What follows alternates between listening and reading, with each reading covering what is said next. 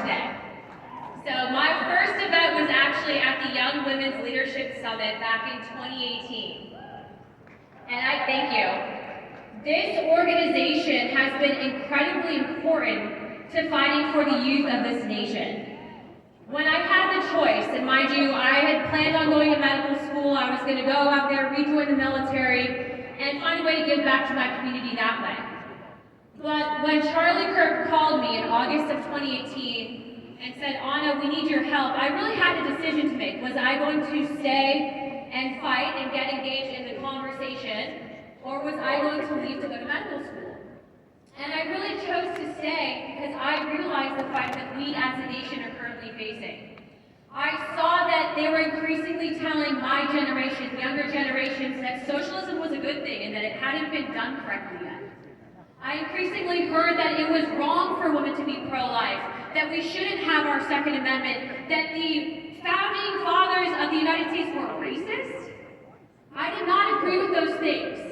And it is so incredibly important that one person, it doesn't matter who you are, what background you come from, you can literally come from a circumstance like how I came and grew up. I grew up in the welfare system.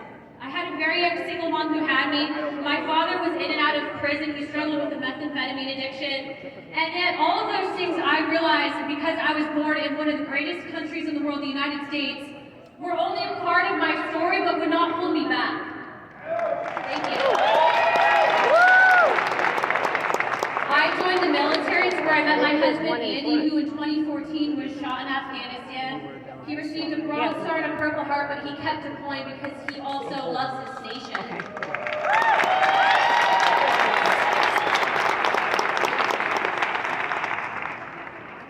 Shortly into my job with Turning Point USA, I was their National Hispanic Outreach Director, and part of what I did is I would go on media. And I would share what I was finding out about what was happening at the border with human trafficking.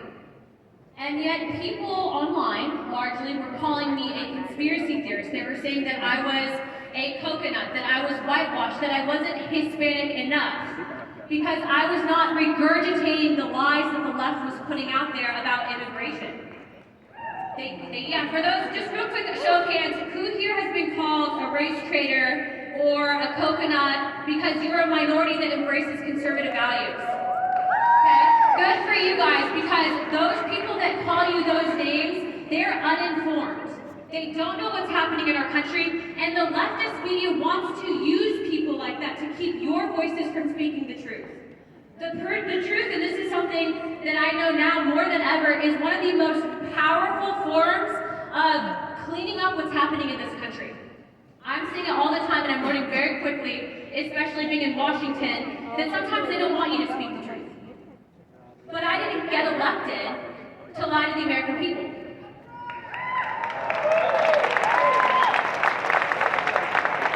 I got elected to fight, and that's exactly what I'm going to do.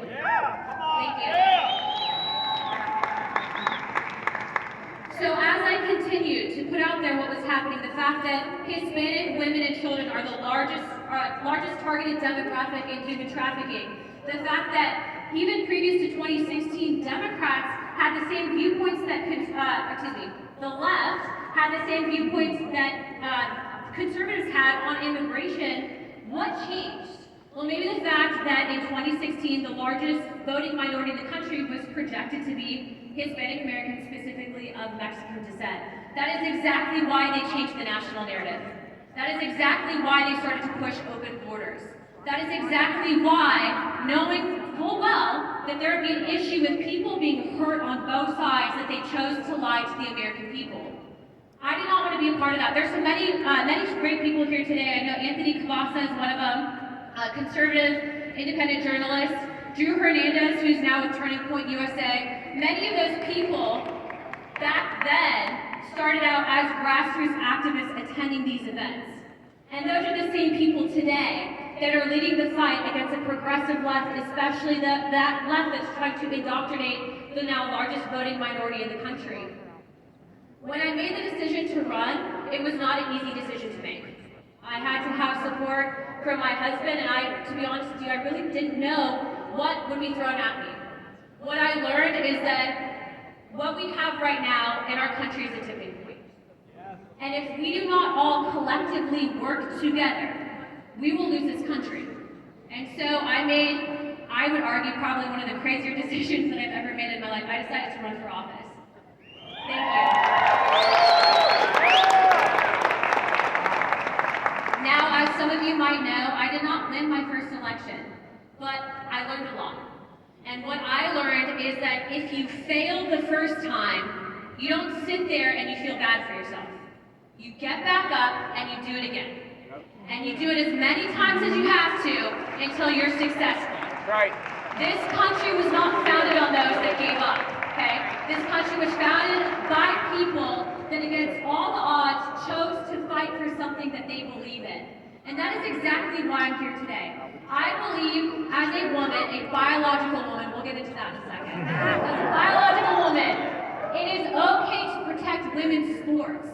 That it is okay to say, hey, I love the nuclear family. That it is okay to stand up for parental rights against drag queen reading hours to children. That it is okay to want border security, okay to be pro-life. Where are my pro-lifers at? Did you know that they try to call me a pro-life extremist? Because I believe in protecting children. You know, right before my election, they put $12 million against me. I was about to put 12 to 1. I had Barack Obama dropping robocalls against me. I think it helped me. I'm standing here today, aren't I? But it should just go to show that the American people realize how far gone this country has gone. And they want people. They spoke in November. They want change. They don't want the same thing over and over and over again. Just real quick show of hands, who knows who Scott Pressler is? Love Scott. I happen to love Scott too. Do you know why I love him? Because he is exactly the type of leadership that we need in this country, that is working at the grassroots level to get candidates across this country into office. I am tired of the same broken system over and over and over again of people telling us what we need to do different. They're the ones in charge. Why should they tell us after they've failed what we need to do differently? They need to do something differently. So I'm just going to go ahead and put it out there. I really like a woman by the name of Harmeet Dillon.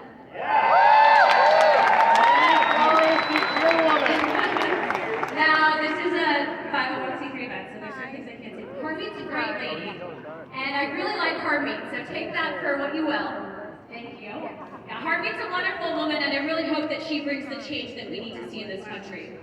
Now, going back to what I'm hoping to see and what we as a nation need to do, especially moving forward. The number one threat that we are facing in this country is big tech and China, and they go hand in hand, okay? Yes, China, we'll get into that in a second, but China is working with some of these companies like Google that engage in election interference. If you don't think that engaging in suppressing information on the internet to voters is election interference, I don't know what to tell you. But they are. And some people don't like to talk about it. I think we need to be addressing it head on. And I hope that Congress this next cycle does exactly that, because big tech, if we don't take it back from the younger generation, again, we will lose this country. Elon Musk, kudos to Elon Musk, has shown the American people what we do the whole time.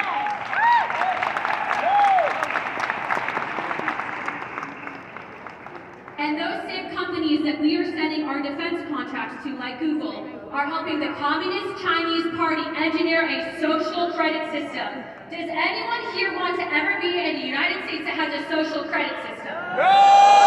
Does anyone here want a centralized backed digital currency? No! Does anyone here believe that the Bill of Rights is just an outdated piece of paper? No! Neither do I, which is exactly why I'm sure you've heard today. There are some other members of the Freedom Caucus here. My friend Laura Boebert, who's going to be on stage after this. Our great friend Matt Gaetz. Our amazing friend Andy Biggs. These are the fighters that we need more of in Washington. And I hope to God that if we can hold the line, at least now, that in 2024 we will continue to move forward and protect this great nation. You know, I had the opportunity to go to Harvard University for a bipartisan orientation, and I know a lot of you are like, what the heck were you doing at Harvard? But I can tell you that actually, Harvard was asking why more conservatives didn't show up. I had a thing or two to tell them about that. But what I saw was that there was bipartisan support there and concern for the rise of China.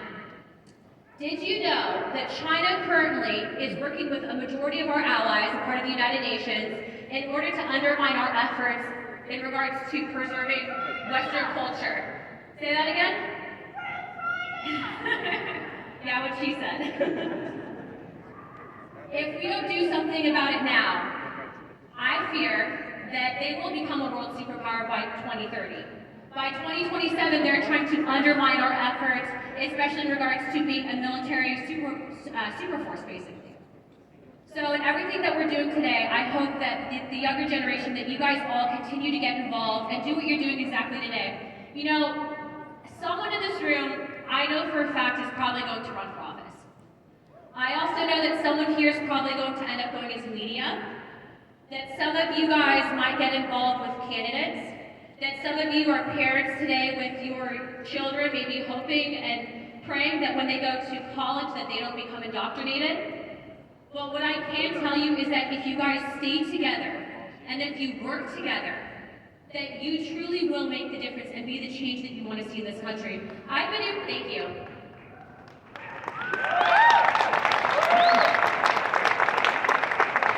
I've been able to see Turning Point over the last couple of years explode. But this is exactly what I believe my party should be doing. And it's going to be because of people like you that we save this nation. Before I go real quick, and I'm going to give you guys some homework to do tonight, just real quick show of hands, how many of you believe in God? I want you guys to look up on YouTube. There was a story that George Washington would tell, and then it's called George Washington's Vision for America. George Washington, prior to the Revolutionary War, was visited, according to George Washington, by an angel. And he showed him the outcome of the Revolutionary War.